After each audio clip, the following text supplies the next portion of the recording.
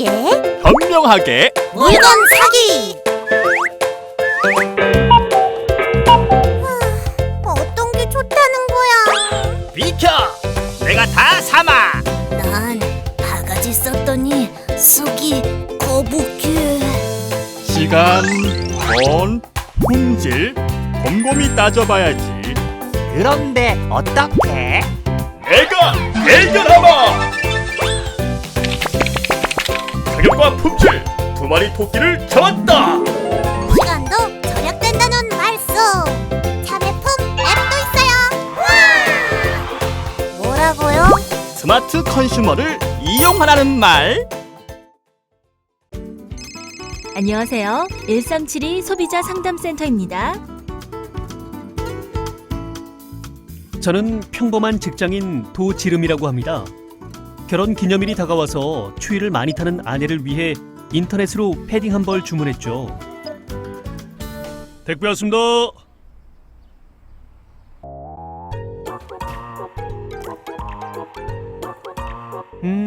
아내가 좋아하는 모습이 눈에 선했습니다. 기념일이니까 예쁘게 포장도 해서 선물했죠. 어머, 여보, 이게 뭐예요? 결혼 기념일이고 하니까 당신 선물 하나 준비했어요. 여보, 나는 아직 준비 못했는데. 어머, 때깔 봐. 그렇지 않아도 요즘 으슬으슬해서 걸칠 게 하나 필요했는데. 여보, 입고 올게요. 아내가 행복해하는 모습을 보니 뿌듯했습니다. 그런데 여보, 이거 얼마 주고 샀어요? 에이, 얼마 안 해. 부담 가질 필요 없어요. 여보, 35만 원인데 쿠폰 써서 33만 원. 여보, 미안하지만 환불해야겠어요. 어? 환불? 아니 왜? 안감도 그렇고 오리털도 벌써 빠지기 시작하고요. 마감을 어떻게 했는지 얼마 못 입을 것 같아요. 미안해요. 벗어야겠어요. 여보, 반품 부탁할게요. 오랜만에 아내를 기쁘게 해주고 싶었는데 어쩌겠어요. 환불해야죠. 그날 바로 판매자에게 전화를 걸었습니다. 정성을 다하겠습니다. 패딩 전문샵 보은짱입니다. 2차 저차해서 이러저러 하기 때문에 구입한 옷을 환불해야겠다고 했죠. 그랬더니 고객님, 저희 홈페이지를 확인해보면 아시겠지만 태그를 제거하셨거나 착용하신 경우엔 규정상 환불이 안 됩니다. 네? 왜요? 상품으로서 가치가 떨어져 다시 판매하기가 힘들기 때문이죠. 그게 제품의 하자가 그러니까 오리털이 빠져서 바느질이 제대로 안 돼서. 자세한 내용은 홈페이지에서 확인 가능합니다. 보은짱 패딩이었습니다. 감사합니다. 여보, 왜 그래요? 아까 그 패딩 말이에요. 태그를 제거했다고 환불이 안 된다고 하네요. 미안한 마음에 고개도 못 들고 있는데 똑똑한 우리 아내가 그러더군요. 여보, 전자상거래 등에서의 소비자 보호에 관한 법률에 대해서 들어봤어요? 전자상거래 소비자보호법? 그래요. 전자상거래법 17조에 따르면 단순 태그 제거나 착용 등 제품을 확인하기 위해 포장을 뜯은 경우에는 제품을 다시 판매할 수 없다고 보기 어렵다고 되어 있어요. 뿐만 아니라 상품을 받은 날로부터 7일 이내에는 반품할 수 있게끔 보호해주고 있다고요. 그런 법률이 있었군요. 1372 소비자 상담센터 홈페이지에 접속해보세요. 전자상거래 소비자 피해에 대한 다양한 사례들도 확인할 수 있어서 도움이 될 거예요. 아내 말대로 홈페이지 사례들도 살펴보고 인터넷 상담 신청도 했습니다. 제가 현명한 소비자는 아니었던 모양이에요. 아내에게 한 수 배웠습니다. 네, 도지름씨 현명한 소비자에 한 발 다가가셨네요.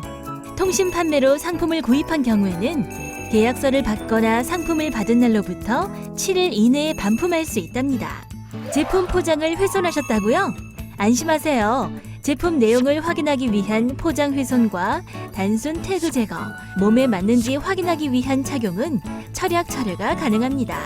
청약이 철회되면 소비자는 물품을 반환해야 합니다. 또한 사업자는 영업일 3일 이내에 대금을 환급해야 합니다. 제품의 대금을 소비자가 먼저 지급하고 물품을 배송하는 통신 판매 사업자는 반드시 에스크로제 또는 소비자 피해 보상 보험에 가입하도록 되어 있습니다. 청약 철회 후 제품을 사업자에게 돌려주었는데도 대금을 돌려받지 못했다면 에스크로제 기관의 통지에 대금을 환급받을 수 있으니 참고하세요.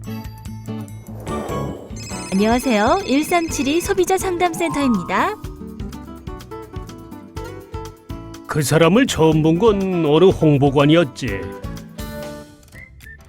이 제품은 온갖 약재를 갈아서 드시기 좋게 환으로 만든 건데요. 실은 이게 임상시험이 막 끝난 따끈따끈한 신제품입니다. 자, 저희 어머니가 이걸 드시고 혈압이 떨어져, 혈당이 떨어져. 놀라지 마세요. 무릎 관절이 물론 말도 안 되는 소리라는 거 잘 알고 있지. 그런데 가만히 듣다 보니 그런 것 같기도 하고 말이야. 맞는 말만 골라서 하더라니까. 그러고 나서 잠깐 잊고 살았는데 갑자기 청구서가 날아왔지 뭐니. 아, 아빠도 참. 그래서 돈이 필요하셨던 거군요. 그때 판매자가 어떤 걸 물어보던가요? 요즘 몸은 어떠시냐? 어디에 사냐? 아, 전화번호랑 주민등록번호도 물어보길래 대답해 줬지. 처음 본 사람한테 개인정보를 알려주시면 안 되죠. 몇 달은 무료라고 하니까. 그게 다 상술이에요, 아빠. 세상에 공짜 없다고요. 여기 보세요. 인증 마크도 없고 섭취 시 주의사항도 안 써 있잖아요. 그럼 어떻게? 아빠, 지난달에 저랑 소비자 기본법에 대해서 공부했잖아요. 기억 안 나세요? 청약 철회 말이지? 네.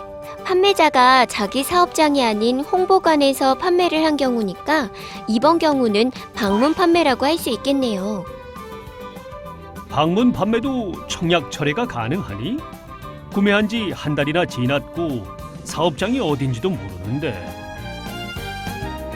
방문 판매 등에 관한 법률에 따르면 계약서를 받은 날, 물건을 받은 날, 사업자 주소를 안 날, 그리고 청약 철회를 할 수 있다는 걸 안 날부터 14일 이내에 청약 철회가 가능하다고 되어 있어요. 아빠는 오늘 청약 철회를 할 수 있다는 사실을 아신 거니까 철회가 가능하겠죠? 사업자 주소는 아빠가 챙겨오신 리플렛을 보면 알 수 있어요. 다행히 판매자 주소가 있네요. 가만 보자. 방문 판매로 구입한 경우에는 내용 증명을 작성해야 하는데. 사기꾼 같아 보이진 않았는데 그냥 먹으면 안 될까? 아빠, 노후생활 최고의 보험은 건강이라고요. 네, 그렇습니다. 최근 고령 소비자들을 대상으로 하는 유인상술 판매가 늘고 있습니다. 실제로 1372 소비자 상담센터에 어르신들이 건강식품에 대한 피해를 가장 많이 호소합니다. 계약 해지의 이유로는 부작용 발생이라는 답변이 가장 많습니다. 방문 판매로 구입한 제품에 대한 청약 철회를 하려면 14일 이내에 내용 증명을 작성해 판매업체에 보내야 합니다. 내용 증명은 그렇게 어렵지 않습니다. 피해 내용과 본인의 요구사항을 육하 원칙에 따라 작성한 뒤 세부를 복사, 우체국에서 보내면 끝. 혹시 모를 상황에 대비해 계약서와 관련 자료들을 잘 보관하는 것도 잊지 마세요. 안녕하세요. 1372 소비자 상담센터입니다. 안녕하세요. 무슨 일 있으세요? 어머, 새댁 잘 됐다. 지금 다른 집에도 물어보려던 차였는데. 새댁네 집은 괜찮아? 아, 왜? 비 오는 날 천장에서 물 새고 막 그러지 않아? 물이 새요? 아니요, 저희 집은 괜찮은데. 우리 집은 작년에 하자 보수를 받았는데도 그러네. 시공업체에 확실히 말했지? 당연하지. 이야기 해봤는데 일정 알아보는 중이라고 계속 미루기만 하네. 아유, 우리 집은 소음 때문에 말썽인데. 새댁네 집은 어때? 실은 그것 때문에 조금 고생하고 있어요. 보수하고 난 뒤에 벽이 더 얇아진 것 같지 않아? 어휴, 말이 나왔으니 말인데 아침마다 마늘 빻는 집 누구더라? 이 옆편 내가 그 집 애나 집에서 줄넘기 하지 말라고 해. 뭐야? 비도 오는데 먼지 날리게 한바탕 해보자는 거지? 그래, 좋다 이거야. 저기 말씀 중에 죄송한데 거주자들끼리 다툴 문제는 아닌 것 같은데요. 일단 업체 담당자와 직접 만나서 해결 방법을 찾아보는 게 어떨까요? 원만히 합의 보는 게 제일 좋잖아요. 해봤지. 처음 한두 번은 친절하더니 요즘은 바쁘다며 아예 대놓고 피하더라니까. 그렇게 이를 아득바득 알고 있으니 누구라도 피하지. 이 옆편 내가 아까부터. 우와, 그러지들 마시고요. 1372 소비자 상담센터에 연락해보는 건 어떨까요? 1372 소비자 상담센터? 네, 1372 소비자 상담센터에서 피해 구제가 가능한지 상담을 받고 요건에 해당되면 한국소비자원에 피해 구제를 신청할 수 있거든요. 피해 구제를 받아도 합의가 되지 않으면 그럴 경우에는 한국소비자원의 분쟁조정위원회에 조정 신청을 할 수 있으니 걱정 마세요. 네, 윤희 씨 말이 맞습니다. 사업자에게 문제를 제기하였으나 해결되지 않을 때 1372 소비자 상담센터에 문의하여 피해 구제에 대한 상담을 받을 수 있습니다. 상담 단계에서 사업자와 합의를 이루지 못할 경우에 한국소비자원에서 피해 구제 신청을 할 수 있습니다. 피해 구제 처리 요건에 해당될 경우 소비자 분쟁 해결 기준과 관련법에 따라 도움을 받으실 수 있습니다. 한국소비자원의 피해 구제 단계에서도 해결이 안 되면 소비자 분쟁 조정 위원회에 조정 신청을 할 수 있습니다. 분쟁 조정 단계에서는 사실 조사, 전문가 자문 등을 거쳐 양 당사자 간 원만하게 합의할 수 있는 조정안을 제안해 드리는데요. 소비자와 사업자가 조정을 수락하면 조정안은 확정 판결과 같은 법적 효력이 있습니다. 소비자 피해에 대한 구제를 확실히 할 수 있게 되니 참고하세요.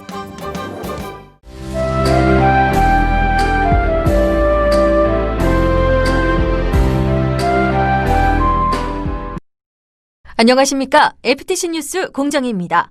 최근 우리 기업이 국제 카르텔에 연루돼 미국, 유럽연합 등 국가에서 집중적으로 제재를 받았습니다.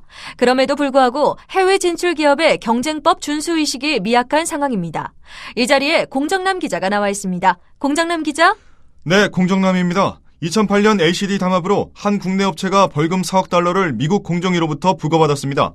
항공운송 가격 담합으로 국내 항공사가 3억 5천만 달러라는 거액의 벌금을 미국 공정위로부터 부과받았죠. 큰 사건들이 있었군요. 안타까운 상황입니다. 또 다른 사례들은 없었나요? 네, 최근 미국에서는 D램 가격 담합 협의로 제소됐을 때 단순한 가격 확인 수준의 상호 연락을 담합행위가 아니라고 판단했다가 거액의 벌금을 부과받고 해당 임원이 징역형까지 선고받았습니다. 이 해당하는 두 회사는 언론을 대상으로 경쟁자와 담합 사실을 발설해 외국 공정경쟁 당국에 인지수사의 단서를 제공했습니다. 미국 공정거래 당국으로부터 소환장을 발부받은 후에 담합 관련 문서를 파기했습니다. 자진 신고를 이 때문에 하면서 담합 증거를 제시하지 못해 벌금을 깎을 수 있는 기회를 놓친 일도 있었습니다. 경쟁업체들끼리는 만나서 가격 등의 이야기를 하면 안 되는데요. 우리나라 기업들이 경쟁법에 대한 인식이 필요하다고 여겨집니다. 네, 동종업계 사람을 모임에서 가격 등 담합 이야기가 나오면 즉시 퇴장해야 합니다. 그렇군요. 그럼 이만 FTC 뉴스를 마치도록 하겠습니다. 감사합니다.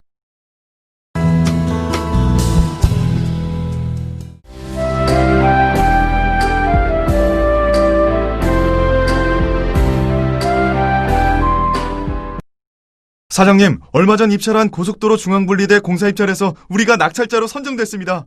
잘 됐네. 조마조마했는데 정말 다행이야. 이제 잘해보자고. 물론입니다. 하지만 사장님, 이번에 경쟁 입찰에 최저가 낙찰을 받기 위해서 너무 무리한 것은 아닐까요? 할 수 없지. 하지만 낙찰 금액으로 최대한 높은 품질의 공사를 합시다. 우리 계획대로라면 어느 정도 수익은 날 거야. 네? 공사 대금을 깎자고요? 미안하게 됐습니다. 빡빡한 실행 예산 때문에 어쩔 수가 없어요. 하지만 이번 입찰은 최저가 입찰업체에게 공사 자격을 주는 경쟁 입찰 아니었습니까? 계약 대금도 당연히 입찰 가격으로 정해지는 것 아닙니까? 예산이 없는 걸 어떻게 합니까? 한두 번 볼 사이도 아닌데 이번엔 좀 깎아서 합시다. 사장님, 원청업체에서 공사 대금을 깎자고 합니다. 우리도 무리해서 낮은 가격에 입찰했는데 더 깎으면 곤란한데. 우리 입찰 금액이 5억 원인데 원청업체 요구대로 5천만 원을 더 깎으면 이익이 없을 수도 있는 것 아닌가요? 어쩌겠나. 원청업체 말대로 앞으로 한두 번 볼 사이도 아니고 눈 딱 감고 계약하는 수밖에. 이번이 처음이 아니라는 게 더 큰 문제입니다. 경쟁 입찰로 낙찰자를 선정하면 최저가 입찰업체와 입찰 가격으로 계약을 해야 하는 것 아닙니까? 그러게, 낙찰을 받아도 마음이 편하지 않아. 이사님, 이번에 고속도로 중앙분리대 공사 낙찰받은 업체에게 공사비를 5천만 원 깎아달라고 말해뒀습니다. 그래, 비싼 금액은 아니었던 것 같은데 뭐라 그래?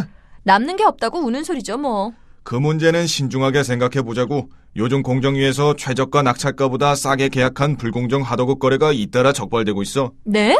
그런 것도 불법인가요? 이 사람 경쟁 입찰에 최저가로 낙찰받은 업체와 계약하면서 정당한 사유 없이 입찰가보다 더 낮은 계약을 하는 것은 부당한 하도급 대금 결정 행위 중 하나야. 네, 다른 방향으로 예산 절감을 해야겠군요. 그렇게 해. 공사비가 싸다고 좋은 것도 아니야. 부실 공사 우려도 있고. 낙찰업체에 연락하게. 네? 낙찰가로 계약을 하자고요? 그렇다니까요. 경쟁 입찰에 입찰하신 금액 그대로 합시다. 튼튼한 중앙분리대 부탁합니다. 사장님, 원청업체에서 낙찰가 그대로 계약을 하자고 합니다. 그래? 정말 다행이군. 이 사람 낙찰 받았을 때보다 더 기쁜 모양이구먼. 경쟁 입찰을 통해 하도급 계약을 체결하며 정당한 사유 없이 최저가로 입찰한 금액보다 낮은 금액으로 하도급 대금을 결정하는 것은 부당한 하도급 대금 결정 행위야. 공정한 하도급 거래 질서를 통해 상생 문화를 만들려면 이런 일이 없어야겠지. 정말 다행입니다.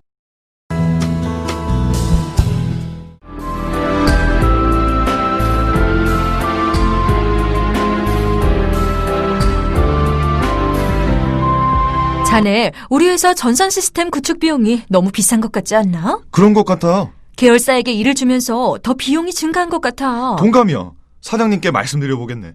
사장님, 우리 계열사 전산 시스템 구축 비용이 너무 비싼 것 같습니다. 그렇긴 하지. 비용을 깎거나 업체를 바꾸면 예산을 대폭 줄일 수 있을 것 같은데요? 그냥 넘어가세. 계열사면 다 우리 식구 아닌가? 이미 그쪽에 무이자 대출까지 해줬잖아요. 요즘 그쪽 사정도 안 좋은데 모른 척 하자고. 하지만 사장님, 이런 식이면 부당지원 행위가 될 수 있는데요?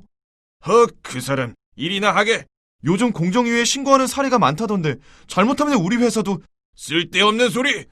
공정위에서 왔습니다. 귀사는 부당지원 행위를 하셨죠? 신고자가 관련 서류를 증거로 제출했습니다. 벌써? 아이고!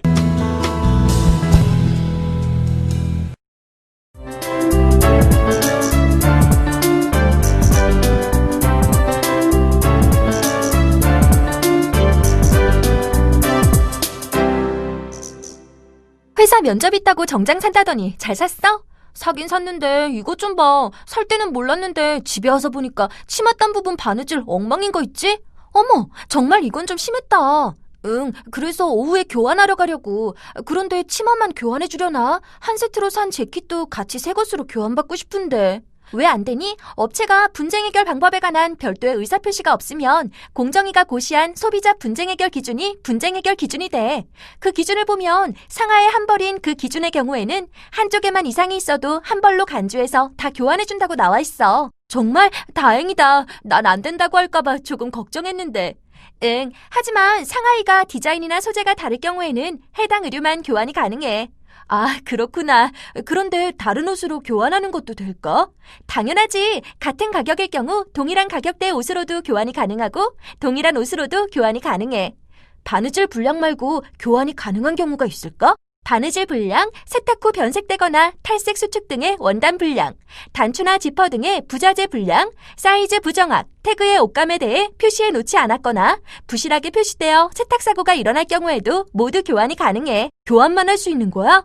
아니, 수리, 교환, 환급의 순서로 보상을 해주기도 해. 아, 그렇구나. 혹시 사이즈가 맞지 않거나 디자인이나 색상에 불만을 가졌을 때 교환이나 환불하려면 어떻게 하는지 알아? 사이즈가 맞지 않거나 디자인이나 색상에 불만을 가졌을 때는 제품 구입 후 7일 이내에 제품에 손상이 없는 경우에만 교환이나 환불을 해주잖아. 딩동댕, 정답이야. 보상은 무상수리, 유상수리, 교환, 환급의 순서로 받을 수 있으니까 잘 알아둬. 응, 잘 기억해둘게. 너 혹시 교환이나 환불을 할 때 기준이 있다는 것은 아니? 기준? 아니, 처음 들어보는데. 기준이 있어? 당연하지. 구입 가격 기준을 원칙으로 교환이나 환불을 해주고 있어. 하지만 품질 보증 기간 이내의 제품은 구입 가격을 그대로 환불해주고 있지. 그 반대로 품질 보증 기간이 경과한 제품은 세탁업 배상 비율표에 따라서 가격이 조금씩 변동이 생길 수 있어. 응. 그리고 환불을 요구할 때는 반드시 영수증을 제시해야 하는 건 알지? 모두 다 소비자 분쟁 해결 기준에 있는 내용이야. 응, 그건 나도 알아. 일단 이 옷이나 교환하러 가봐야겠어. 같이 갈래? 그래, 같이 가자.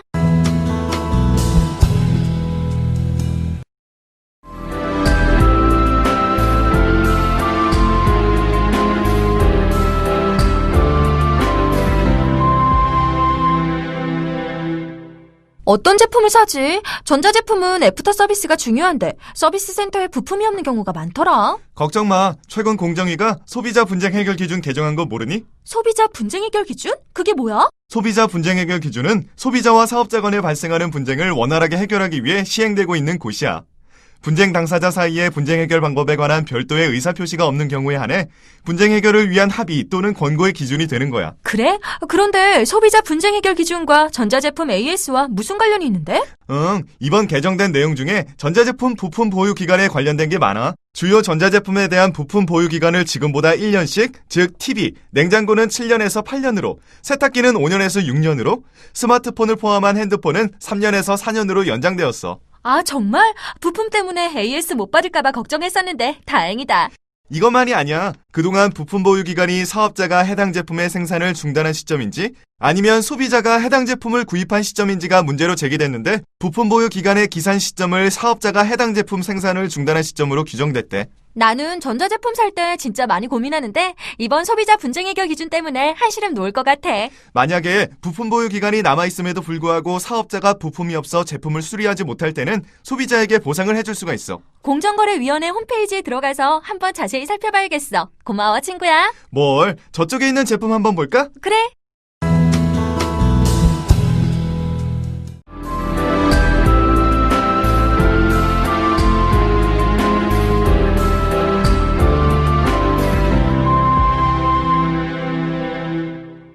우와, 여기 병원 진짜 많다. 피부과도 많네? 그러게 말이야. 이쪽이 병원인가 봐. 사람도 많은 것 같은데? 다음에는 이쪽 피부과로 와야겠다. 요즘 공정거래위원회 소비자 분쟁 해결 기준에 임플란트 시술, 성형시술, 피부과 치료 분야 관련 내용이 개정된 거 아니? 정말? 요즘 병원들이 많이 생겨나기도 하지만 피해도 만만치 않다는데 어떤 내용인데? 임플란트 시술은 시술 후 1년 내에 보철물이나 나사 탈락이 발생할 때 병원은 무료로 다시 시술해주며 1년 내에 2회 이상 이식체 탈락이 발생할 때에는 병원이 시술비 전액을 환급해주도록 했대. 정말? 우리 할머니가 이번에 하셨는데 바로 빠졌다고 걱정하셨는데 전화드려야겠다. 의료 분야에서는 두 가지가 더 있어. 성형수술 환자가 계약을 해지하는 경우 해지 시점이 수술 예정일로부터 3일 전 이전이면 계약금의 10%, 2일 전이면 계약금의 50%, 1일 전이면 계약금의 80%에 해당하는 금액을 병원에 배상하도록 했어. 그리고 수술 예정일이 경과된 이후에 계약을 해지하는 경우도 있잖아. 그러면 계약금 전액을 배상할 수가 있대. 병원이 계약을 해지하는 경우에는 말이야, 계약금 전액 환불과 함께 해지 시점이 수술 예정일로부터 3일 이전이면 계약금의 10%를 배상해준대. 2일 전이면 계약금의 50%, 1일 전이면 계약금의 80%, 수술 예정일이 경과된 이후이면 계약금 액수만큼 추가로 소비자에게 배상하도록 했대. 오호! 너 아까 피부과 간다고 그랬지? 응. 피부과는 말이야, 환자가 계약을 해지하는 경우 해지 시점이 치료 개시 이전이면 계약금의 10%에 해당하는 금액을 병원에 배상할 수 있대. 또 해지 시점이 치료 개시 이후이면 그동안의 치료비를 병원에 납부하고 추가로 총 치료비의 10%에 해당하는 금액을 병원에 배상할 수가 있대. 그리고 병원이 계약을 해지하는 경우에는 해지 시점이 치료 개시 이전이면 계약금 환불과 함께 계약금의 10%를 추가로 소비자에게 배상할 수 있대. 해지 시점이 치료 개시 이후이면 그동안의 치료비는 정산하되 총 진료비의 10%에 해당하는 금액을 환자에게 배상하도록 했대. 그렇구나. 병원에 갈 때 참고해야겠네. 고마워.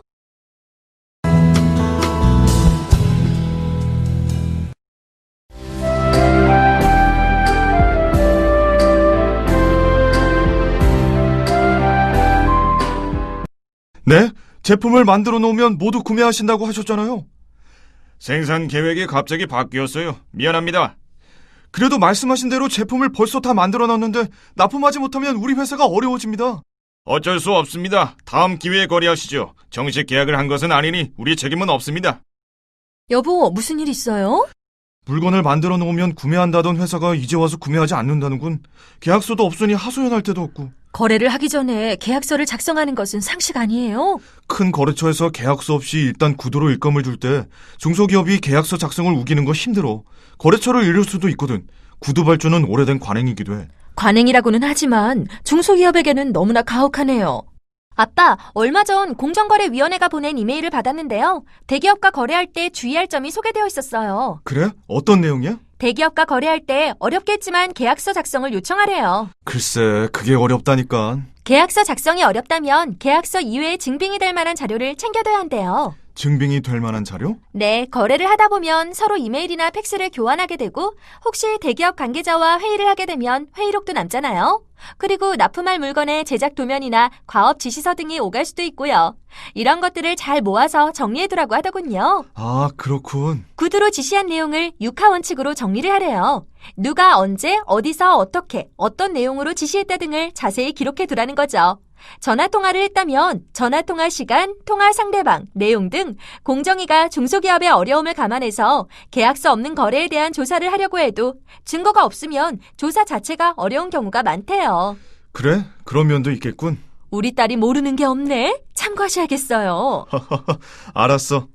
좋은 게 좋다는 식으로 거래를 하다 보면 큰 피해를 볼 수 있어요. 관행이라는 것이 쉽게 바뀌지는 않겠지만 중소기업도 스스로 준비를 하면 피해를 줄일 수 있을 것 같아요.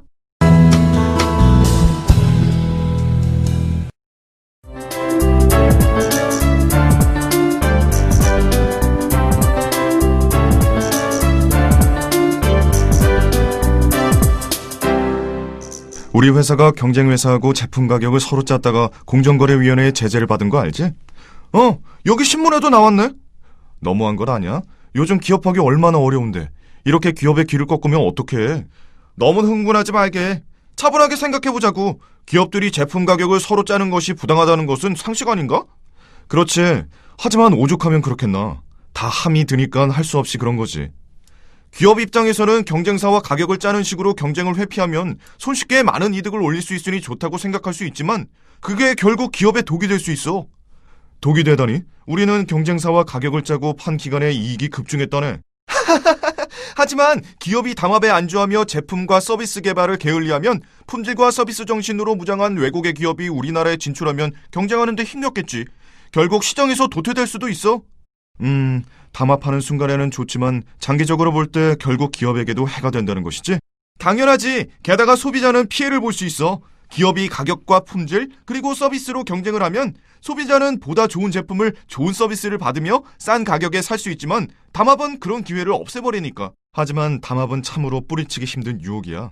미국이나 EU에서는 담합, 즉 카르텔을 중대한 범죄로 인식한다네. 담합을 하다 적발되면 아예 해당 사업에서 손을 떼거나 회사가 문을 닫을 정도로 가혹한 처벌을 내리곤 하지.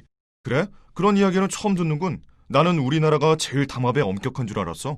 1999년에는 유럽연합 공정거래당국으로부터 담합 제재를 받은 비타민 제조업체가 무려 1조 4,500억 원의 과징금을 부과받고 결국 사업에서 손을 뗐어. 지난 1월에도 가스절연 개폐장치 담합에 9천억 원이 넘는 과징금을 부과했지.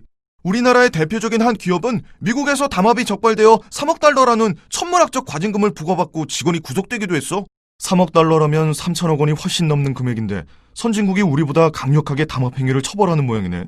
그렇지. 담합은 시장경제의 최대의 적이야. 선진국들이 담합을 규제하는 것도 다 같은 이유야. 우리도 담합은 범죄라는 인식을 가져야지. 범죄라. 기업 활동을 하면서 범죄를 저지를 수는 없지. 잘 알았네. 앞으로는 제품과 서비스로 승부를 걸어야겠어. 바로 그거야.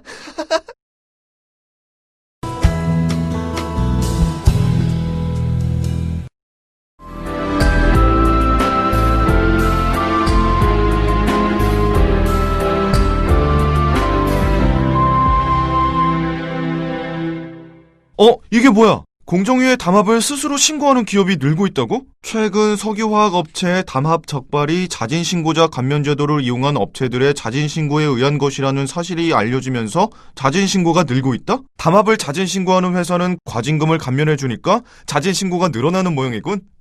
담합이라는 범죄를 저지르고 내가 잘못했다고 신고하면 봐주는 게 말이 되나? 자진신고자 감면제도 관련 토론을 인터넷에서 해볼까? 먼저 이 제도가 무엇인지부터 정확하게 알아봐야지. 공정거래위원회 자진신고자 감면제도. 담합에 참여한 기업 중 가장 먼저 신고한 회사에게는 과징금을 완전히 면제해주고 두 번째 자진신고자에게는 과징금의 30%를 면제해주는 제도. 그렇군. 담합은 2개 이상의 회사가 참여하는 것이니까 한 회사가 신고를 하면 담합이 무너진다 이거지? 이런 제도가 있는 나라는 우리밖에 없을 거야. 미국과 EU에서 자진신고자 감면제도가 점차 활성화되고 있고 특히 미국에서 운용하는 자진신고자 추가 감면 제도에 의해 다른 사건을 신고하면 여러 가지 감면 혜택을 받는다. 에? 미국하고 EU에도 같은 제도가 있다고? 게다가 이 제도는 다른 개발도상국으로 퍼져나가는 추세라고? 도대체 이유가 뭐야? 담합은 은밀하게 이루어지기 때문에 적발하기 매우 어렵다 이거지? 담합으로 인한 피해는 엄청나게 큰데 적발되지 않는 경우가 많아서 소비자 피해가 확대될 수 있다. 하지만 가게에 가보면 특정 상품이 회사별로 잇따라 가격을 올리는 경우가 있잖아. 그걸 잡는 게 그렇게 어렵나? 정황만으로는 혐의를 증명하는데 어려움이 있다. 담합을 한 기업들은 증거를 남기지 않는 경우가 많아 이를 적발해 제재하는 데에는 어려움이 있다. 증거가 있어야 한다. 자진신고자 감면제도는 은밀하게 이루어지는 담합을 적발해내기에 무척 효과적인 방법이라는 말이군. 그리고 자진신고가 활성화될 경우 담합이라는 범죄 행위 자체가 성사되기 어려워지는 효과도 있다? 아하! 이제 자진신고 감면제도에 대해 좀 알겠군. 게시판에 올려야지. 여러분, 담합으로 인한 피해를 최소화하고 나아가 담합을 예방하기 위해서는 자진신고 감면제도가 꼭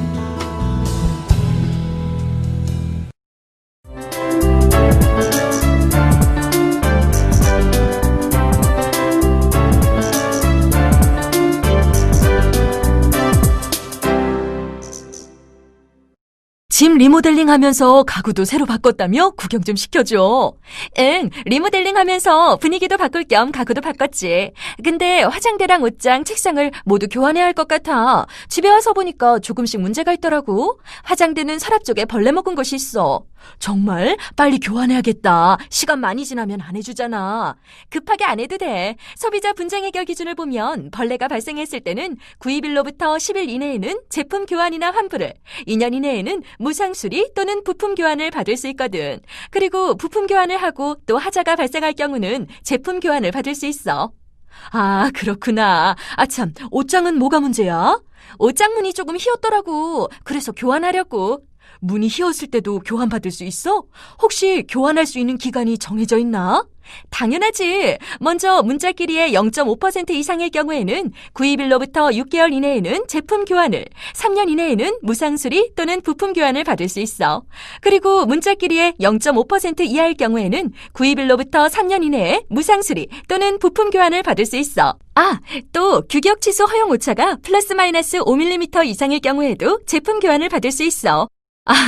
전문가 다 됐네. 책상은 왜 교환해야 해? 책상은 책상이랑 세트로 구입을 했는데 색상이 다르더라고. 나처럼 만약에 세트 단위로 구입한 가구의 색상이 다르다면 구입일로 1개월 이내에 제품을 교환할 수 있어.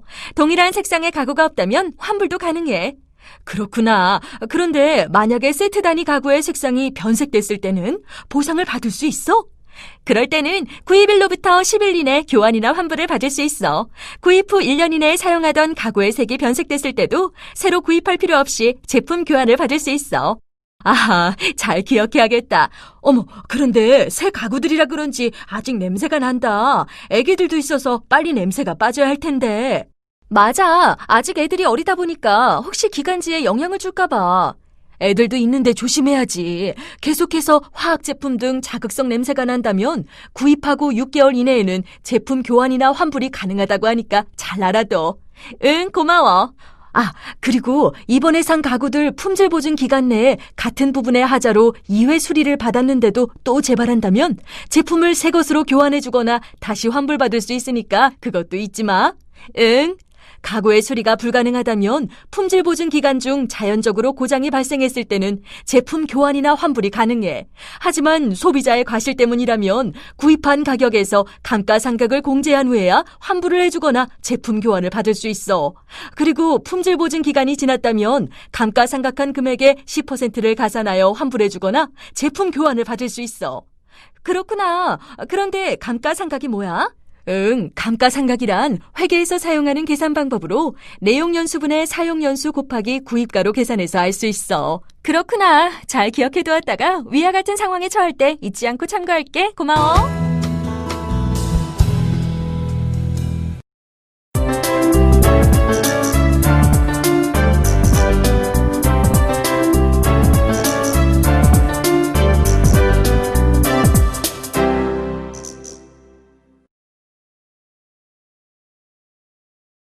사장님, 대박화학에서 우리 회사에게 더 이상 H700을 판매하지 않는다고 합니다. 그래? H700이 없으면 우리는 더 이상 특수 코팅 강판을 만들 수 없는 걸 아냐? 맞습니다. H700은 우리 회사의 특수 코팅 강판을 만들 때 꼭 필요한 화학 원료입니다. 우리와 지속적으로 거래를 하기로 약속해놓고 왜 이제 와서 거래를 거절할까? 어떡하죠? 대박화학의 행위가 혹시 공정거래법상 불공정 행위 중에 거래 거절이 아닐까요?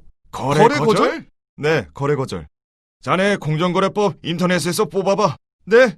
꼼꼼하게 따져보자고. 거래 거절은 부당하게 특정 사업자에 대하여 거래를 거절하거나 계속 거래를 하다가 거래를 중단하는 행위, 상품 또는 용역의 내용을 현저히 제한하는 행위를 말하는군요. 거래를 완전하게 거절하는 것뿐만 아니라 거래하던 상품이나 서비스의 내용이 심각하게 바뀌는 것도 해당되는 모양이군. 여기 좀 보세요. 거래를 거절한다고 해서 무조건 법 위반은 아니라는데요? 거래를 거절한 회사가 시장 점유율이 10% 미만이면 법 위반이 아니랍니다. 대박화학은 코팅 강판에 사용되는 코팅제 시장 점유율이 높지 않나? 우리나라에는 경쟁자가 없습니다. 코팅 강판에 사용되는 코팅제 시장 점유율이 100%입니다. 거래를 거절한 회사가 연간 매출액이 20억 원 미만이어도 거래를 거절했을 때 법 위반이 아니랍니다. 대박화학은 연간 매출액이 수조 원에 이르는 다국적 기업이니까 해당은 되는군. 또 뭘 봐야 하지? 그 다음에는 거래 상대방의 사업 영위에 필수적인지 따져봐야 한다네요.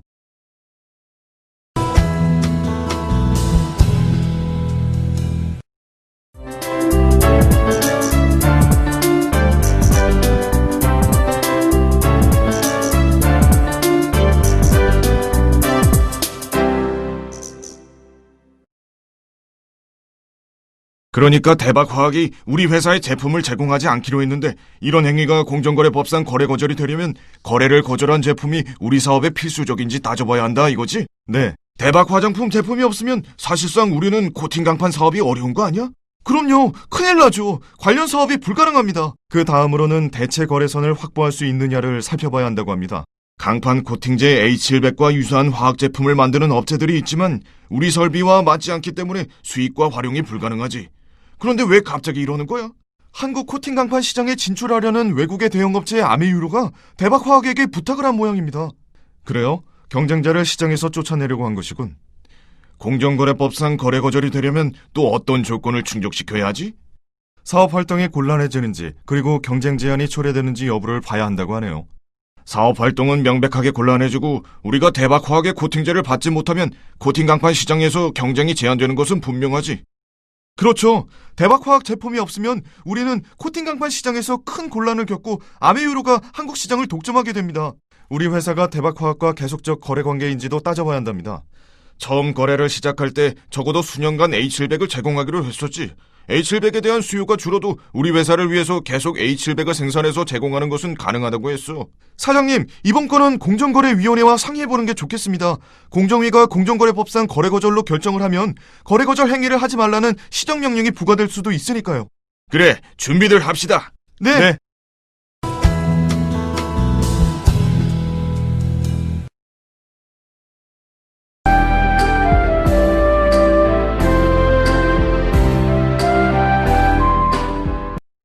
이번에 우리 회사에서 새로운 보험 상품을 출시하는데 초반 판매 실적이 매우 중요할 것 같습니다. 맞습니다. 이번 상품은 초반 기세가 중요할 것 같아요. 우리 임직원들에게 가입을 독려하는 것은 어떨까요? 좋은 생각입니다. 우리 임직원도 3천여 명에 육박하니까 실적에 큰 도움이 될 것 같습니다. 그런데 임직원들이 가입을 할까요? 부담이 만만치 않을 텐데요. 하긴 이번 상품이 월 납입금만 10만 원이 넘으니까 부담을 느끼는 임직원들이 있을 것 같네요. 그렇다면 이 상품에 가입하는 직원들의 명단을 공개하는 방식으로 가입을 유도하면 어떨까요? 아예 인사고과에 반영해서 확실하게 분위기를 잡을 수도 있겠네요. 그렇게 되면 출시 초반의 돌풍은 문제 없겠는데요. 그런데 그런 행위가 공정거래법상 거래강제 중 사원 판매에 해당하지 않을까요? 거래강제 중 사원 판매? 어떤 의미예요? 기업이 상품이나 서비스를 판매할 때 품질이나 가격으로 경쟁을 해야 하잖아요. 그렇죠. 그런데 자기 또는 계열회사 임직원을 대상으로 자기 또는 계열회사의 상품이나 용역을 구입 또는 판매를 강요하고 또 이런 행위가 시장에서의 공정한 거래를 저해할 우려가 있으면 공정거래법상 거래강제 중 사원 판매에 해당하거든요. 우리가 방금 이야기한 것도 사원 판매에 해당할까요? 일단 임직원을 상대로 자사 상품을 판매한다는 점과 명단 공개, 인사고가 반영 등으로 구매를 강제하는 성격이 있으니 해당할 것 같은데요. 그럼 잘 생각해봐야겠네요. 그게 나을 것 같아요. 임직원에게 고용관계상의 우월적 지위를 이용해서 강제로 제품이나 서비스를 판매하면 시장에서의 자유로운 경쟁이 제한되죠. 다시 한번 생각해봅시다. 우리가 이번 상품을 야심차게 설계했으니까 시장에서 반응이 분명히 좋을 겁니다. 정정당당하게 상품의 특징을 잘 홍보해서 고객들이 자발적으로 상품에 가입하도록 노력합시다. 그래요. 우리가 야심차게 준비한 상품이니까 잘 알리면 분명히 좋은 성과가 있을 겁니다. 그럽시다. 공정하게 경쟁합시다.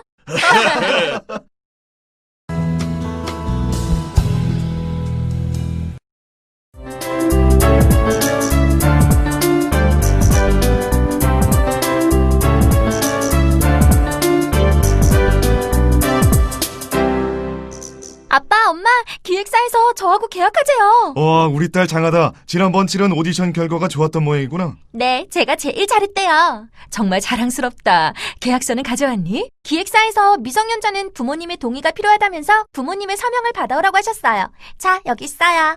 어디 보자. 내용이 상당히 많네. 전속 계약 기간을 13년으로 한다? 계약 기간 13년은 너무 긴 것 아닐까? 그거 이번에 오디션을 통과하고 계약을 하는 친구들은 모두 같은 조건으로 계약을 한대요. 예전에 공정위가 연예기획사가 소속 연습생이나 연예인과 지나치게 긴 기간 동안 전속 계약을 하는 행위를 제재한 일이 있었지. 맞아요. 그런 일이 있었죠. 들뜬 마음에 덥석 계약하지 말고 좀 더 살펴보는 게 좋겠어요. 예전에 알아보니까 전속 계약 기간을 13년으로 했던 연예기획사가 공정위 조사 과정에서 계약 기간을 7년으로 줄인 사례가 있었어요. 전속 계약 기간이 지나치게 길면 곤란하죠. 그리고 전속 계약서에 기획사가 주최하는 행사에는 무조건 참석해야 하고 자유로운 의견 제시도 할 수 없다는 내용을 담은 연예기획사도 있었는데 요즘은 대부분 시정 조치됐죠. 서명 안 해주실 거예요? 내일까지 가져가야 한단 말이에요. 계약하기 전에는 무슨 내용이 있는지 꼼꼼하게 봐야 해. 마음이 급하겠지만 자세히 읽어보자. 지금까지 연애지망생인 우리 딸을 잘 돌봐준 것이니까 계약할 때 우리 의견을 존중해 줄 거야. 계약서를 꼼꼼히 확인해보고 기획사 이야기도 더 들어보도록 하자. 알겠습니다.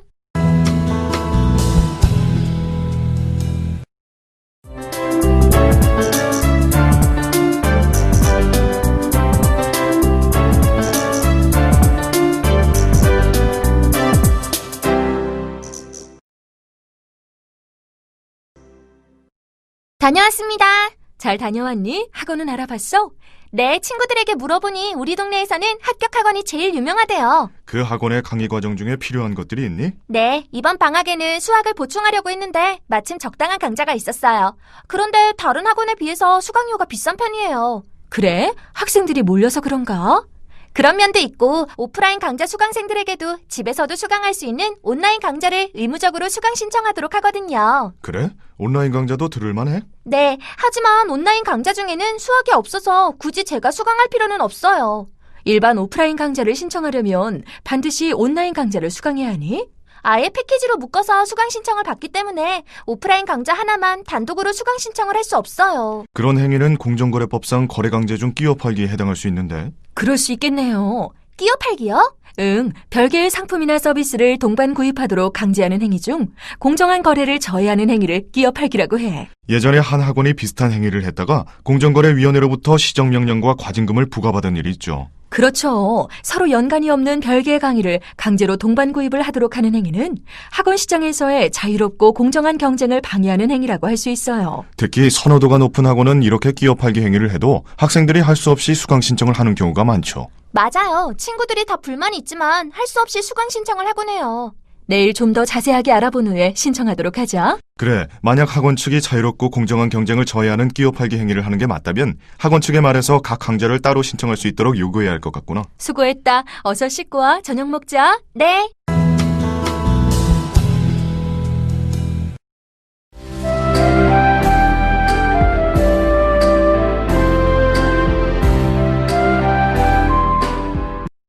자네 요즘 무슨 고민 있는가? 요즘 내가 거래하고 있는 객주가 창고를 더 늘린다고 해서 걱정일세. 아니, 그게 왜 걱정할 일인가? 창고 건설 비용을 내가 내야 할 것 같아서 그러네. 뭐? 왜 자네 돈으로 객주의 창고를 짓는다는 말인가? 그러게 말이야. 하지만 그 객주에게 밉보이면 더 큰 손해를 볼 수 있으니 진퇴양난이야. 하긴 어린아이들도 다 알 만큼 우리나라 최고의 명성을 갖고 있는 객주이니 자네 그 객주를 찾아가 본 적 있나? 거래하기 위해서 얼마나 많은 상인들이 대문 앞에서 기다리고 있는지 자네는 잘 모른다네. 그 객주와 거래한다는 사실이 알려지기만 해도 전국에서 그 상인의 물건을 사려고 난리니 말 다 했지. 게다가 이 동네에는 객주가 그곳밖에 없으니. 정말인가? 난 명성이 자자한 것은 알고 있었지만 영향력이 그렇게나 대단한지는 미처 몰랐네. 그래서 내가 지금 이렇게 고민하고 있는 게 아닌가. 그와 거래를 계속 유지하려면 어쩔 수 없이 창고 건설 비용을 지불해야 하지만 지금 내게는 그만한 돈도 없을 뿐더러 내 의사에 반하는 결정을 하고 싶지도 않네. 하긴 그 창고를 더 짓는다고 해서 객주가 거래를 더 한다는 보장도 없고 오로지 객주에게만 이익이 되는 것이니 원. 내가 더 화가 나는 것은 내게 얼만큼의 돈을 내라고 계속 종용한다는 사실이네. 그리고 이번에 비용을 부담하지 않으면 거래가 중단될 수도 있다고 엄포를 놓고 있어. 이건 해도 너무한 거 아닌가? 이거 어지간히 복잡한 일이로세. 그래서 자네는 이제 어떻게 할 텐가? 잘 모르겠네. 일단 자네와 같은 친구들과 두루 상의를 할 생각이야. 사실 그런 행위는 거래상 지위 남용 중 이익 제공 강요 같은데 그러지 말고 내일 원님에게 한번 물어보세. 자, 지금부터는 그런 걱정일랑 잠시 잊어버리고 내 술이나 한 잔 받게.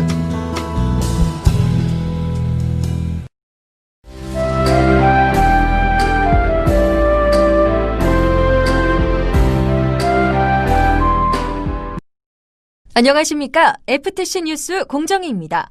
LCD 아시죠? 모니터, 노트북, TV 등에 사용됩니다. LCD 패널 담합 사건을 공정남 기자가 취재했습니다. 공정남 기자? 네, FTC 뉴스 공정남입니다. 2011년 10월 31일 공정거래위원회는 한국과 대만의 LCD 패널 가격과 공급량을 담합한 사건에 대해 1,940억 원의 과징금을 부과했습니다. 적발된 업체들은 LCD 가격이 급락하자 회의를 개최했습니다. 담합을 위한 이 회의에서는 LCD 패널 제품의 최저 가격, 인상폭, 사양별 제품 가격차, 가격 인상 시기 등을 합의했다고 합니다. 요즘 소비자에게 직접적으로 영향을 미치는 기업 간 담합이 국제적으로 빈번하게 발생하고 있습니다. 이번 사건도 국제 카르텔입니다. 또한 전 세계 LCD 시장에서 약 80%의 시장 점유율을 보유한 사업자들이 담합하여 LCD 가격을 인상함으로써 완제품 가격에도 영향을 미치고 국내 소비자의 이익을 침해하였습니다. 이번 사건은 공정위가 처리한 국제 카르텔 사건 중 최고의 과징금을 부과한 사건입니다. 더 자세한 내용을 들어보시죠. 네. 경제적 파급 효과가 큰 국제 카르텔이 지속적으로 발생하자 미국, EU 등 세계 각국 경쟁당국의 국제 카르텔 규제가 강화되고 있습니다. 네덜란드 경쟁당국은 5개 이동전화 사업자가 단 한 차례 만나 핸드폰 딜러에게 지급하는 보수를 인하할 것을 공모한 데 대해 위법성을 인정하고 약 한화 787억 원의 과징금을 부과했다고 합니다. 또한 유럽연합은 국제적 첨가업체 8개사가 가격 결정 시 불확실성을 줄이기 위해 지속적으로 가격 정보를 교환한 행위에 대해 약 한화 908억 원의 과징금을 부과했다고 합니다. 수고하셨습니다. 애석하게도 우리나라 기업이 국제시장에서 카르텔로 인해 많은 제재를 받았습니다. 앞으로는 이런 일이 없도록 주의해야 할 것입니다. 국제시장에서는 공정함이 경쟁력입니다. 이상 보도를 마치겠습니다.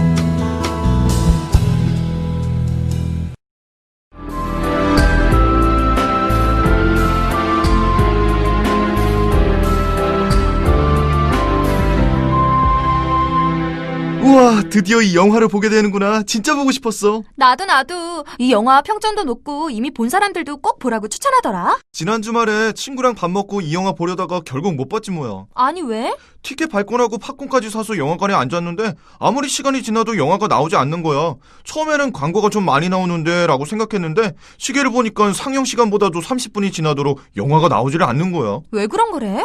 영화관이 점점 웅성웅성 거릴 때쯤에 영화관 직원이 급하게 뛰어들어와서는 필름 문제로 인해서 상영을 할 수가 없다는 거야. 그럼 티켓은 어떻게? 전액 환급받았지. 소비자 분쟁 해결 기준에 따르면 상영 예정 시간보다 30분 이상 지연되는 경우에 티켓은 당연히 환급받을 수 있거든. 다행히 그 영화관은 소비자 분쟁 해결 기준을 따르더라고. 괜히 시간만 낭비했네. 얼마 전에 내 친구는 영화를 보던 중에 30분 이상 지연되어서 티켓값의 2배를 환급받았어. 어머, 왜 그런 거래? 그때도 필름 문제로 그랬다고 들었어. 필름이 끊겼다나? 내가 그나마 낫네. 나는 30분만 낭비했지만 그 친구는 영화도 다 못 보고 30분은 중단된 상태로 대기하고. 그럼 관객이 개인적인 사정으로 취소할 경우에도 환급을 받을 수 있을까? 응, 당연하지. 티켓 발권할 때 영화관 직원이 안내를 해주기도 하지만 나는 지난 주말 사건을 계기로 공정위 홈페이지에서 소비자 분쟁 해결 기준을 살펴봤거든. 어떤 보상 기준이 있는데? 영화 상영 시작 전 20분까지는 전액 환급받을 수 있고 20분 이후부터 시작 시까지는 티켓 가격의 50%만 환급받을 수 있어. 그리고 영화가 상영하고 난 후에 요청을 하면 환급을 받을 수가 없어. 아직 영화 시작하기 20분 전이니까 우리는 전액 환급을 받을 수 있겠다. 응? 무슨 소리야? 나 사실 오늘 동아리 모임이 있다는 것을 깜빡하고 있다가 좀 전에 알았지 뭐야. 뭐라고? 뭐 하자는 거야? 이거 금방 끝나는 거야. 내가 금방 끝내고 올게. 우리 조금 있다가 다음 상영 시간에 이 영화로 꼭 보자. 아, 뭐야? 후딱 끝내고 올게.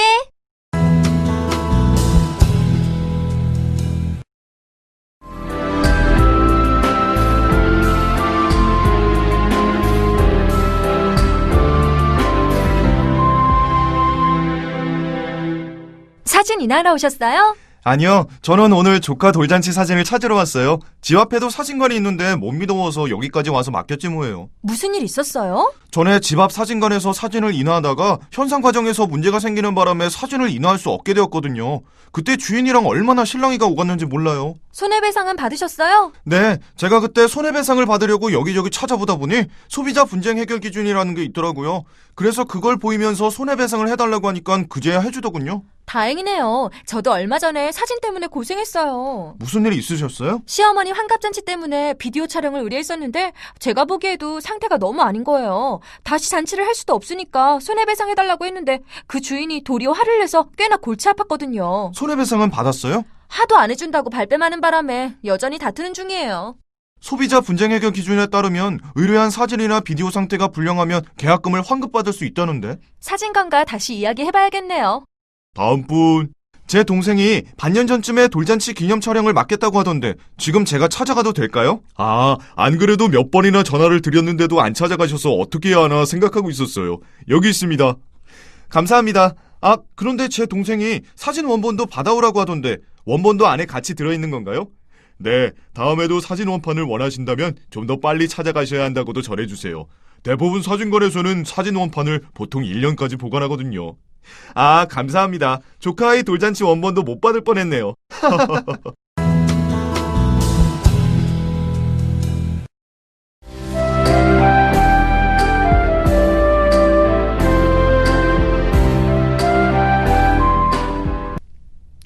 갑자기 계약을 해지한다니요? 저희가 조사해보니 이쪽 시장이 너무 작은 것으로 판단되었습니다. 따라서 가정용 로봇도 기대치만큼 임대되지 않을 것 같습니다. 실제로 저희가 계약 때 합의한 영업 목표도 달성하지 못하셨고요.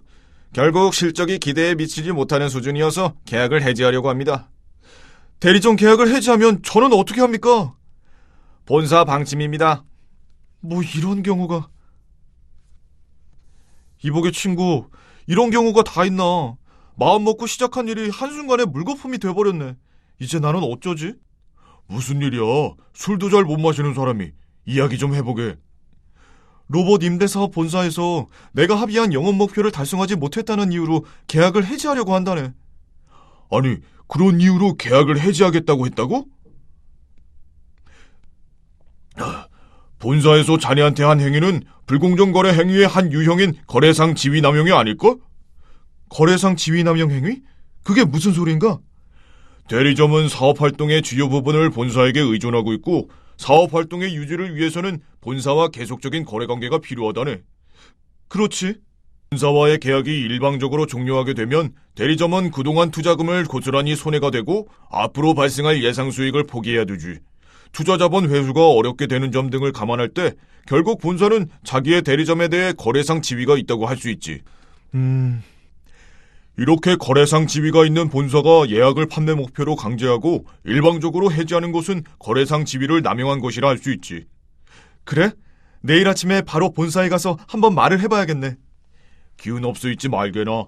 당당하게 가서 의견을 말하고 과거 공정위의 조치 사례를 좀 더 찾아보자고. 그러세.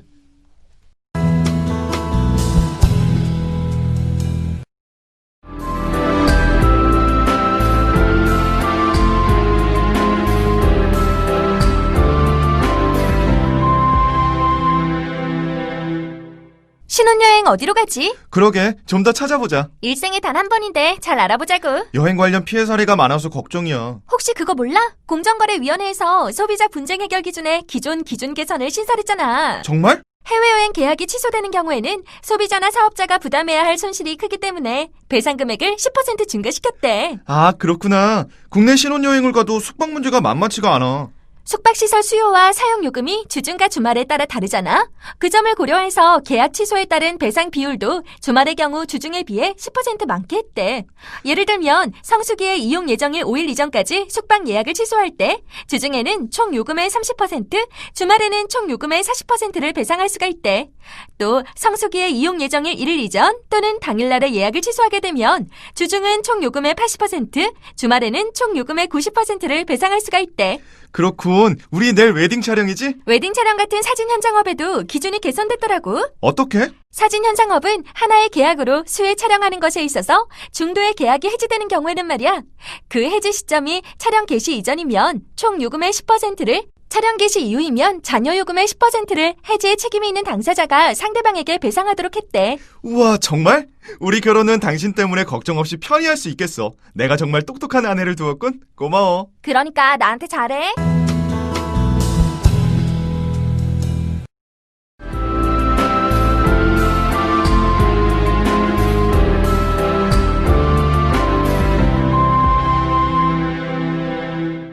이야, 이 산후조리원 시설 진짜 좋다. 나도 여기서 몸조리해야겠다. 내가 이 산후조리원에 들어오기 전에 얼마나 고생했는지 몰라. 무슨 고생? 원래 다른 곳과 계약했거든. 그런데 산후조리원 측에서 산모가 몰리는 바람에 산모 도우미가 모자란다며 계약을 해지하자는 거야. 계약금은 어떻게 했어? 사업자의 귀책 사유로 인한 경우에는 전액 환급을 받을 수 있어서 받았지. 그리고 나서 다른 산후조리원에 들어가기로 했어. 이 산후조리원이야? 그렇다면 내가 고생했다는 말도 안 해. 여기 아니야? 입소 예정일 10일 전에 가보니까 시설이 열악하더라고. 깨끗하지도 않고. 계약을 해지하고 계약금의 30%를 돌려받았지. 하루만 늦었으면 환불받지 못할 뻔했어. 하루 차이로 계약금을 받지 못해? 응, 입소 예정일 30일 이전 또는 계약 후 24시간 이내에는 계약금을 전액 환급받을 수 있지만 입소 예정일 30일부터 21일 전까지는 계약금의 60%만 환급받을 수 있어. 그리고 나처럼 20부터 10일 전까지는 계약금의 30%만 받을 수 있지만 입소 예정일 9일 전부터는 아예 환급받을 수 없더라고. 이런 걸 다 어떻게 알게 됐어? 산후조리원을 옮겨다니면서 고생할 때 제대로 환급 기준을 알고 있어야 할 것 같아서 공정거래위원회 소비자 분쟁 해결 기준을 살펴봤지. 그런데 이 보상 기준에는 또 하나의 특이점이 있어. 뭔데? 기준이 전부 퍼센트로 되어 있기 때문에 이를 악용하는 업체가 있을 수도 있기 때문에 계약금이 총 이용 금액의 10%를 초과하는 경우에는 초과되는 금액은 일단 전액 환급하고 그 나머지는 보상 기준에서 정한 비율에 따라 환급해야 해. 정확하게 무슨 말인지 잘 모르겠는데 예를 들어봐. 그러니까 이용 금액이 100만 원인 경우 계약금은 10만 원이 적당하다는 뜻이지. 만약에 계약금을 20만 원 받았어도 계약을 해지할 때는 100만 원의 10%는 10만 원이니까 초과되는 10만 원은 일단 전액 환급받고 나머지 10만 원을 가지고 보상 기준에 적용한다는 말이야. 10만 원은 돌려받고 나머지 10만 원을 가지고 기준을 따르니까 10만 원의 30%를 돌려받아서 약 13만 원을 돌려받을 수 있다는 말이지? 그렇지. 그렇다면 입소 후에 사정이 생겨서 계약을 해지하는 경우에는 어떻게 해야 하는 거야? 일단 입소했으니까 계약금 전액을 돌려받지 못하려나? 아니야. 입소 후에 계약을 해지하는 경우에도 보상 기준이 정해져 있어. 산후조리원 측의 사유로 인한 경우에는 총 이용 금액에서 이용 기간에 해당하는 요금을 공제한 잔액을 환급받고 총 이용 금액의 10%를 배상받을 수 있지. 만약에 산모가 계약을 해지하려고 해도 보상받을 수 있어? 당연하지. 그럴 경우에는 이용 기간에 해당하는 요금과 총 이용 금액의 10%를 공제한 잔액을 돌려받을 수 있어. 예를 들면 100만 원에 계약을 했고 하루당 10,000원씩 계산되는 산후조리원에 열흘간 있었다면 열흘이면 10만 원이고 100만 원에 10%로면 10만 원이니까 100만 원에서 총 20만 원을 제외한 80만 원을 돌려받을 수 있는 거구나. 그렇지. 대단한데? 어이구, 아기야, 너도 고생이 많았다. 네 엄마 덕분에 이모는 마음 졸이지 않아도 되겠구나.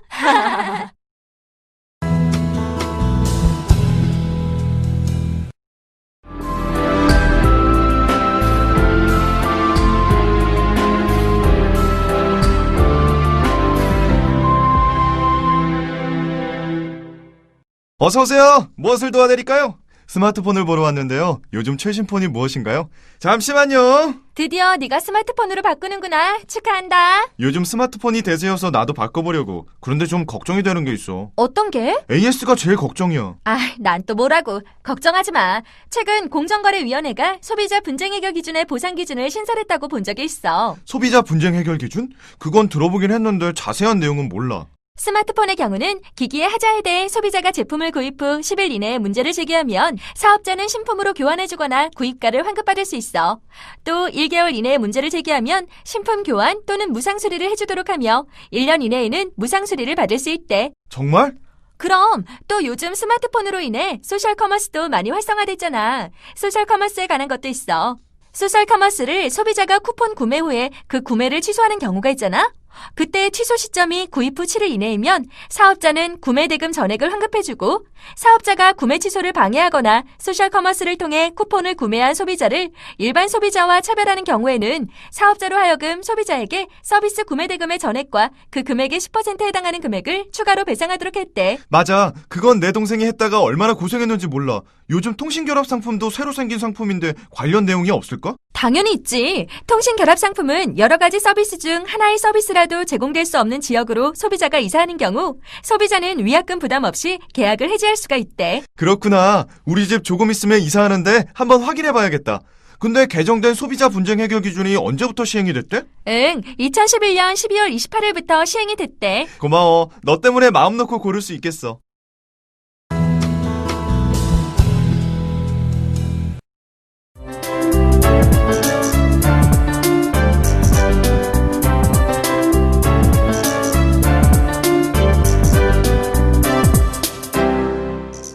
우와, 이거 내가 사고 싶었던 건데. 뭔데? 소셜 커머스 할인 쿠폰. 무려 할인율이 50%나 된다고. 제값 주고 사면 억울하지. 싼 게 비지떡이라고. 문제 있으면 어떡해. 무슨 소리. 그래도 반값이래잖아. 맞아. 이것저것 생각하다 기회 놓칠라. 할인 기간도 짧은데 얼른 구매해야지. 나도. 잠깐. 요즘 소셜 커머스 피해가 많다는데. 무슨 피해? 원래 가격을 속여 반값 할인이라며 가격을 부풀려 과장 광고하는 사례도 있고 위조 상품 의혹을 받기도 한데 또 소셜 커머스를 표방하는 사기 사이트들도 계속 나오고 소셜 커머스를 통한 온라인 게시, 상품권 등의 소비자 피해도 많대. 휴, 소셜 커머스 가격은 좋은데 부작용 없으면서 안전하게 소셜 커머스를 이용하는 방법은 없을까? 소셜 커머스가 많이 알뜰하긴 하지만 위험성이 많긴 하지. 하지만 이렇게 이용하면 안전할 거야. 첫째, 요즘 소셜 커머스는 높은 할인율과 짧은 구매 기간을 무기로 충동 구매를 유도하거든. 표시된 할인율을 너무 믿지 말고 가격 비교 검색 등을 통해 실제 할인율을 따져봐야 해. 둘째, 유명 브랜드 의류, 신발 등 병행 수입 상품을 온라인으로 구매하는 경우에는 신중한 구매가 필요하고 가품, 즉 짝퉁이 의심되면 즉시 환불 조치를 해야 해. 오호! 또 있어. 쇼핑몰 사이트에 표시하도록 되어 있는 사업자 정보 확인 링크를 통해 통신 판매 신고 정보, 사업자 등록 정보를 확인하면 사기 피해를 예방할 수 있어. 넷째, 구매 안전 서비스를 갖추지 않거나 에스크로 등이 표시되어 있으나 작동하지 않고 현금 결제만 가능한 소셜 커머스 쇼핑몰은 가능한 이용을 자제해야 해. 마지막으로 백화점 상품권, 주유 상품권 등을 너무 싸게 팔거나 일시불 현금으로 결제하게 하고 이후 나누어 상품권을 지급하여 주는 방식은 사기 피해 위험이 크니까 꼭 주의하고 말이야. 우와, 너 완전 박사구나. 다시 봐야겠어. 그럼 가르쳐준 대로 꼼꼼하게 따져보실까?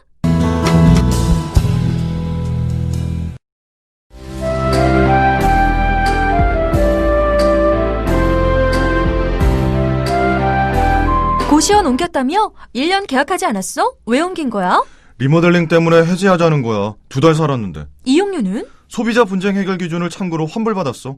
그런 기준이 있어? 고시원 사정으로 계약을 해지할 경우 입실 전에 계약이 해지되면 고시원이 모두 환급해줘야 해.